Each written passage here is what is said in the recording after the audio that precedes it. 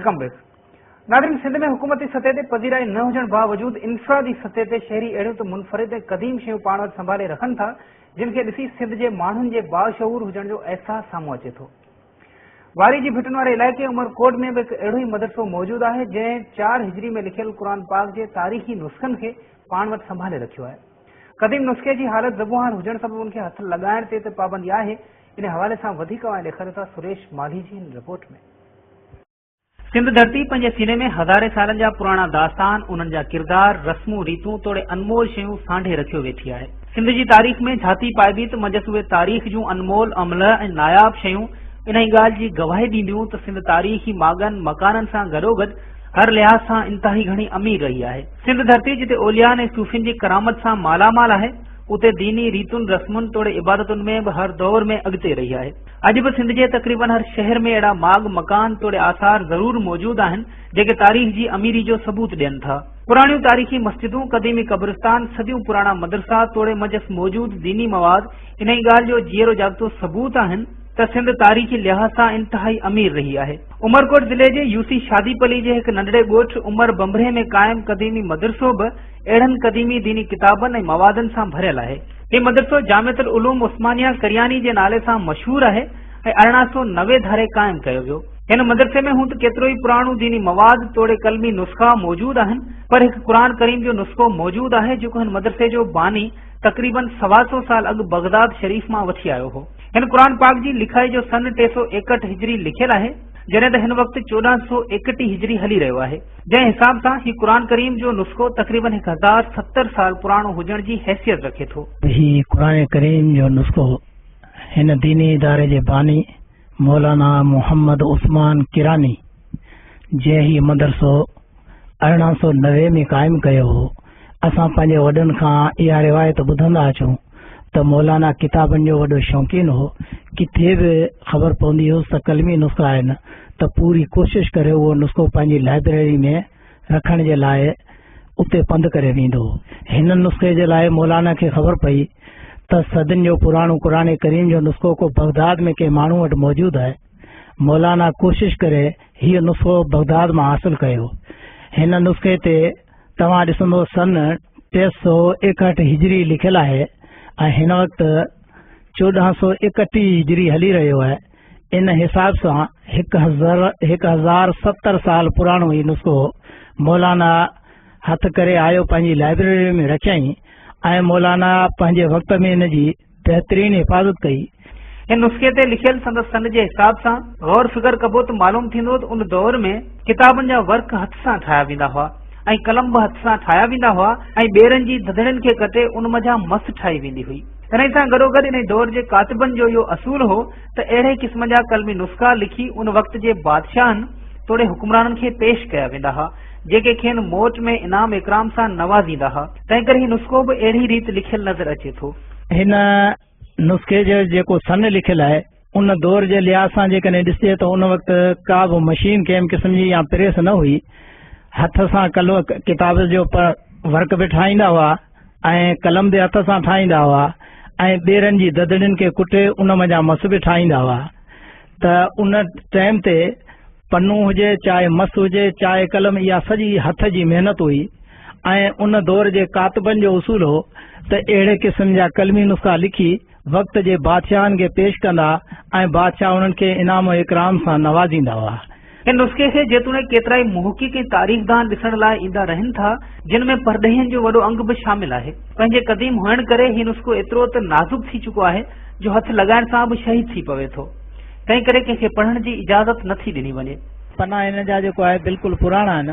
अलबत्ते ज़ियारत जे लाइ काफ़ी हिंद सिंध जा माण्हू अचनि था, जीअं इंडिया आहे, ईरान आहे, अफ़गानिस्तान आहे या जेको आहे पाकिस्तान जे चइनी सूबनि खां जिन बि उलमा आहिनि या इल्मी जेको आहे घराणनि सां तालुक़ रखनि था, चाहे उहे यूनिवर्सिटियुनि जा पढ़ियल हुजनि, त उन्हनि खे ख़बर पवंदी आहे त उहे ज़ियारत जे लाइ ईंदा आहिनि ऐं उन्हनि खे ज़ियारत कराईंदा आहियूं। ज़रूरत ॻाल्हि इहा आहे त सियाहत तोड़े सक़ाफ़त खाते खे घुर्जे सिंध जी कुंड कुड़िछ में मौजूद अहिड़नि अनमोल क़दीमी विरसे खे गॾु करे हमेशह लाइ महफ़ूज़ बणायो वञे त जीअं सिंध पंहिंजे अमीर हुअण जा सबूत हमेशह सांढे रखे।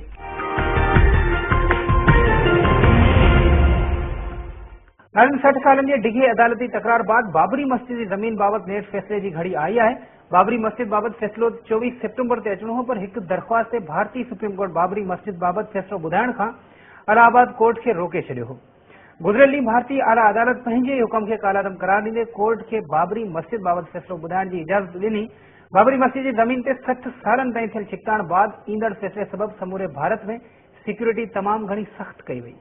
भारत जे इलाहाबाद हाई कोर्ट पारां बाबरी मस्जिद शहादत जो फैसलो ॿुधाईंदे सुन्नी वक्फ बोर्ड जो मौक़िफ़ मुस्तरद कंदे उन ज़मीन खे बाबरी मस्जिद राम मंदिर ऐं 3 धुर जा मिल्कियती हक़ तस्लीम करे विरहाइण जो फैसलो ॿुधायो वियो आहे। बाबरी मस्जिद जे हवाले सां जुड़ियल हसास नोयत खे ॾिसंदे सॼे भारत में सिक्योरिटी इंतहाई सख़्त कई वई आहे।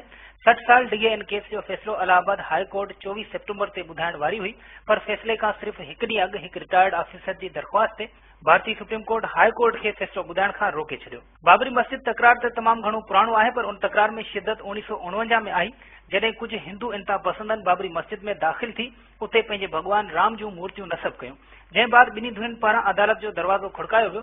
हुकूमत हसास नोयत सबब इन इलाइक़े खे तकरारी करार ॾेई मस्जिद जे दरवाज़े ते तालो लॻाए छॾियो। बाबरी मस्जिद 1528 में मुग़ल बादशाह ज़हीरुद्दीन बाबर जे हिकु कमांडर ठाराई हुई। हिंदू इंतहा पसंदनि जी दावा आहे त उन जॻह ते पहिरीं राम मंदिर हो ऐं मस्जिद जी इहा जॻह राम भॻवान जी जाइ पैदाइश आहे। उन ते उते हिकु भेरो ॿीहर मंदिर ठहिणु घुर्जे। तारीख़दाननि मूजिबि मंदिर मस्जिद जो इहो तकरार पहिरियों भेरो 1853 में पुरतशदुद शिकल इख्तियार करे वियो, जंहिं जे 6 सालनि बाद अंग्रेज़ हुकुमराननि 1859 में हिकु दीवार तामीर करे मस्जिद जे अंदरूनी अहाते में मुसलमाननि ऐं ॿाहिरां हिंदुनि खे पूॼा करण जी इजाज़त ॾिनी वई। हिंदू इंतहा पसंदनि 1984 में मज़हबी इंतहा पसंद तंज़ीम विश्वा हिंदू परिषद जे बैनर हेठि उन मस्जिद जी जॻह ते राम मंदिर तामीर कराइण लाइ हिकु कमेटी जोड़ी, जंहिं जी क़यादत बाद में भारत जी ॿियो नंबर वॾी सियासी पार्टी बीजेपी जे सरबराह LK आडवाणी संभाले वरिती। 1986 में ज़िलई जज मस्जिद जो दरवाज़ो खोलाए उते हिंदू अक़ीदतमंदनि खे पूॼा करण जी इजाज़त ॾिनी, जंहिं जे जवाब में मुसलमान तंज़ीमुनि पारां बाबरी मस्जिद एक्शन कमेटी जोड़ी वई। 1980 में उन वक़्त जे वज़ीर आज़म राजीव गांधी मस्जिद वेझो ई हिकु गैर तकरारी जॻह ते राम मंदिर जे बुनियाद रखण जी इजाज़त ॾिनी, जॾहिं त अॻिए ई साल LK आडवाणी सोमनाथ जे तारीख़ी मंदिर खां अयोध्या जिते बाबरी मस्जिद ऐं राम मंदिर तकरार हलंदड़ हो ताईं मार्च शुरू कई, जंहिंखे बिहार में गिरफ़्तार कयो वियो। साल बाद ही हिंदू इंतहा पसंदनि बाबरी मस्जिद ते हमलो करे उन जी बेहरमती कई। उन वक़्त जे वज़ीर आज़म चंद्रशेखर इन मामले खे हल कराइण जी कोशिश कई, पर का ख़ासि अॻुभराई न थी सघी। बाबरी मस्जिद जी मुसलसल बेहरमती 1991 में उन वक़्त शुरू थी जॾहिं उत्तर प्रदेश में भारतीय जनता पार्टी इक़्तिदार में आई। 6 दिसंबर 1992 इहो कारो ॾींहुं हो जॾहिं हिंदू इंतहा पसंदनि हिकु भेरो ॿीहर बाबरी मस्जिद ते हमलो करे उनखे शहीद करे छॾियो, जंहिं बाद पूरे भारत में मज़हबी फ़साद फुटी पिया ऐं नतीजे में 2000 खां वधीक माण्हू मारिजी विया, जिन में 2 भाङी अक्सरियत मुसलमाननि जी हुई। अप्रैल 2002 में इलाहाबाद हाई कोर्ट तकरारी ज़मीन जी मालिकियत मुतलिक़ 2 केसनि जूं ॿुधणियूं शुरू कयूं। अदालत जे हुकुम ते माहिर आसार क़दीमा वारनि इहो पतो लॻाइण लाइ ज़मीन जी खोटाई शुरू कई त उन जॻह ते राम मंदिर कॾहिं तामीर थियल हो या न। अगस्त 2003 में माहिरनि इहो ऐलान कयो त खेनि इन ज़मीन में मंदिर जी मौजूदगी जूं शाहिदियूं मिलियूं आहिनि, पर मुसलमाननि अहिड़े फ़ैसिले खे मञण खां इनकार करे छॾियो। 2009 में बाबरी मस्जिद सानिया जी शहादत लाइ क़ाइम लेबरियान कमीशन 18 सालनि जे डिघे अरसे बाद पंहिंजी रिपोर्ट मुकमल करे भारतीय वज़ीर आज़म मनमोहन सिंह वटि जमा कराई, पर उन रिपोर्ट बाबति भारतीय लोकसभा में बि बहस न थी सघियो। मुख़्तलिफ़ अदालतुनि में 60 सालनि जो सफ़र मुकमल करे 24 सितंबर ते फ़ैसिले जी घड़ी आई, पर उन ते बि एतिराज़ वारनि बाद भारतीय सुप्रीम कोर्ट फ़ैसिले ॿुधाइण तां पाबंदी मिड़े छॾी हुई, जेका भारतीय आला अदालत जे ताज़े फ़ैसिले बाद ख़त्म थी ऐं भारतीय तारीख़ जे तकरारी तरीन मामले जो फ़ैसिलो ॿुधायो वियो। नाज़रीन, बॉलीवुड में मिस्टर परफेक्शनिस्ट जे नाले सां मशहूर अदाकार आमिर खान बि अंगनि अखरनि जे अमल जो पुजारी निकितो। आमिर खान पंहिंजी हर नई फिल्म क्रिसमस खां हिकु ॾींहुं अॻु 24 दिसंबर ते रिलीज़ करण खे तरजीह ॾींदो आहे। उन तारीख़ ते रिलीज़ थियल संदसि फिल्मूं नवां रिकॉर्ड क़ाइमु करे चुकियूं आहिनि। बॉलीवुड जे महासागर में फिल्मूं छोलिन जियां अचनि वञनि थियूं, के पाण सां गॾु वेंदे वेंदे केतिरियूं ई कामयाबियूं साण करे वञनि थियूं। बॉलीवुड में मिस्टर परफेक्शनिस्ट जे नाले सां मशहूर आमिर खान कामयाब तरीन अदाकारनि मां हिकु आहे ऐं संदसि सभ खां कामयाब वेंदड़ फिल्मुनि में हिकु ॻाल्हि जी हिकजहिड़ाई नज़र अचे थी। चयो वञे थो त आमिर खान पंहिंजूं फिल्मूं हर साल जे आख़िर में 24 दिसंबर ते रिलीज़ करणु चाहींदो आहे। ख़ुशकिस्मती इहा बि आहे त आमिर खान लाइ इहा तारीख़ लकी साबित थींदी रही आहे। 2007 में आमिर खान जी क्रिसमस डे खां हिकु ॾींहुं अॻु 24 दिसंबर ते फिल्म तारे ज़मीन पर रिलीज़ थी, जंहिं तमामु घणी कामयाबी माणी। 24 दिसंबर 2008 ते गजनी नुमाइश लाइ पेश कई वई ऐं ब्लॉकबस्टर फिल्म साबित थी। अहिड़ी तरह 2009 में बि साॻी तारीख़ ते 3 इडियट्स रिलीज़ थियण शर्त बॉक्स ऑफिस ते छाइजी वई ऐं कामयाबियुनि जा अॻूणा रिकॉर्ड तोड़े छॾिया। आमिर खान लाइ ख़ुशकिस्मत साबित थींदड़ हिन तारीख़ जी ख़ासियत बाबति घटि माण्हुनि खे ख़बर आहे। आमिर खान पंहिंजी नई फिल्म धोबी घाट खे बि पहिरीं हलंदड़ साल जे 24 दिसंबर ते रिलीज़ करण जो फ़ैसिलो कयो हो ऐं फिल्म खे ईंदड़ साल नुमाइश लाइ पेश कयो वेंदो।